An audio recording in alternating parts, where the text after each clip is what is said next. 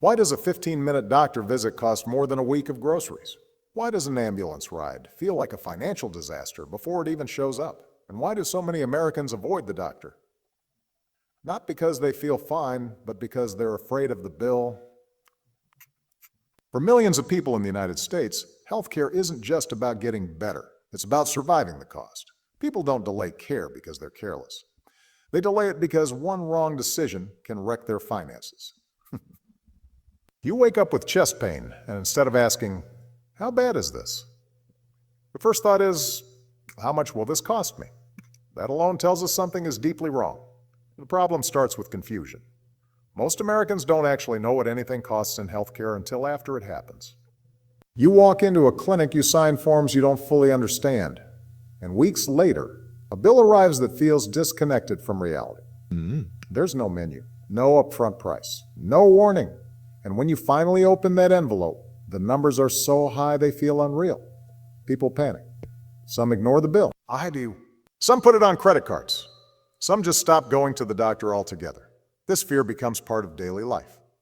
Insurance is supposed to protect people, but for many, it adds another layer of stress. Deductibles are high. Copays are confusing. Networks are narrow. You can do everything right. Go to an in-network hospital and still end up with out-of-network charges because one doctor in the room didn't take your insurance. That's not bad luck. That's how the system is designed.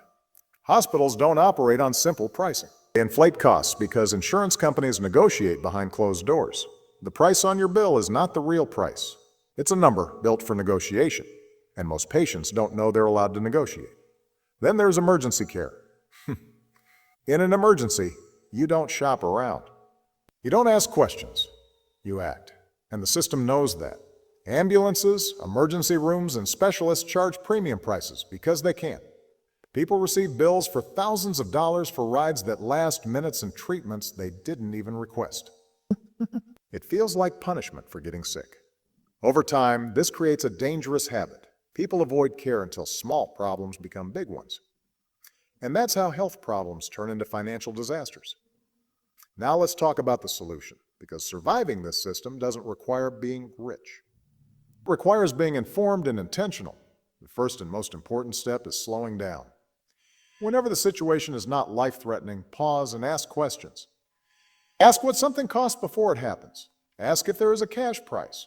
In many cases, paying out of pocket is cheaper than using insurance because it cuts out the inflated, negotiated rates. Most people never ask, and that silence costs them money.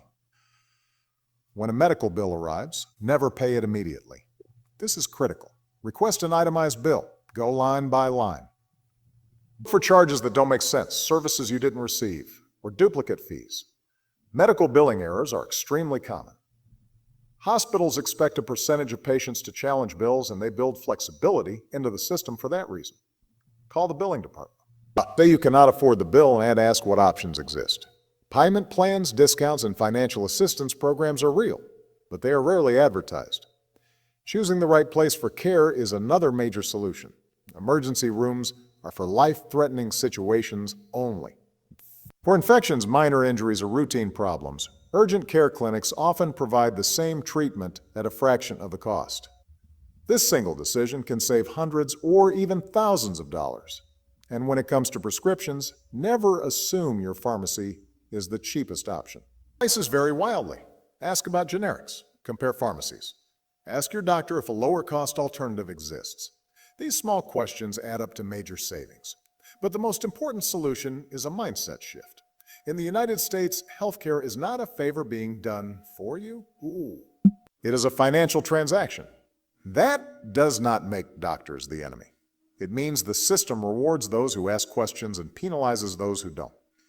You are not being difficult by protecting yourself. You are being responsible. You are not greedy for wanting transparency. You are demanding fairness. If you take one thing from this episode, let it be this. Share this episode with someone who avoids the doctor because of cost. Because understanding this system doesn't just save money, it saves lives.